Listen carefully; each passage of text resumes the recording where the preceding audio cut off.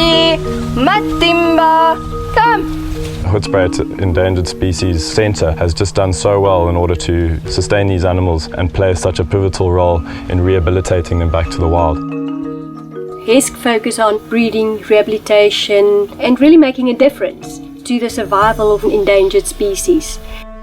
The 2 rhino that were poached and that have been saved are doing so well, and it was only because they were in an area where they were in close contact with Dr. Peter Rogers. The head warden phoned me one day and I could hear the panic in his voice, and he said, there's 2 rhinos running around there with holes in their faces. So what we did was we just put bandages on the holes, clean the wounds, cover them to the best of our ability, and brought them into this 25-hectare camp where they are now.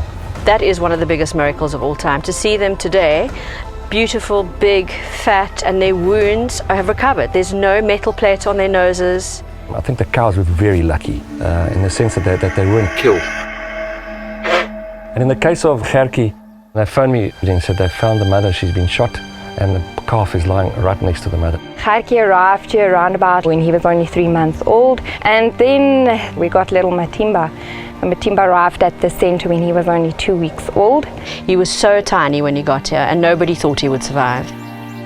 We had to feed them every 3 hours right through the night. We had to spend time with them 24/7. And then the one day we decided, okay, let's introduce the 2. Let's introduce Gertjie and Matimba. Now they have a very strong brother bond. Gertjie is very protective over Matimba.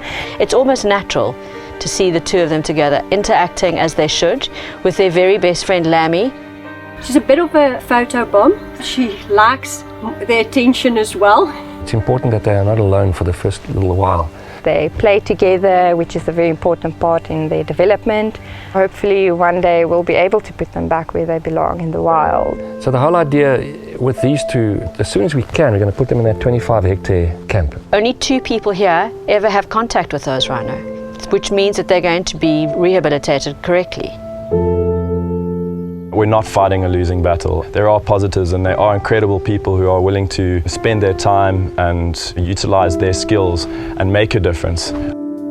I must say I'm very proud of the staff. It's your passion. It doesn't feel like work. It's immensely satisfying to know that we are helping in some small way. It's a privilege to be able to work with them as often as I do. I don't want to be known as the generation that couldn't save the rhino. You want to contribute to a species that needs to survive.